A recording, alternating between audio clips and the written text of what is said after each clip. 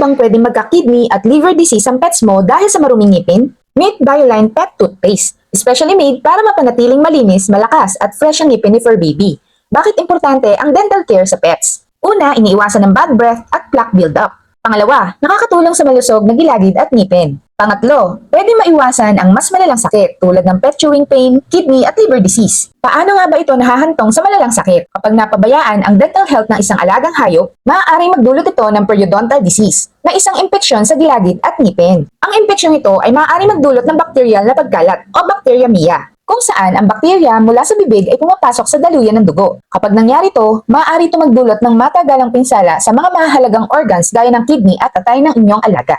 Dati, hindi ko akalaing importante ang dental care sa pets. Mula nung nag-start akong gamitin ang Bioline Pet Toothpaste sa fur babies ko, mas fresh ang hininga nila at hindi na sila hirap ngumuya. Kung nagpapalinis ka ng ngipin sa dentist mo, paano naman si fur baby? Feel free to check the basket para mapanatiling healthy at happy ang ngiti ni fur baby.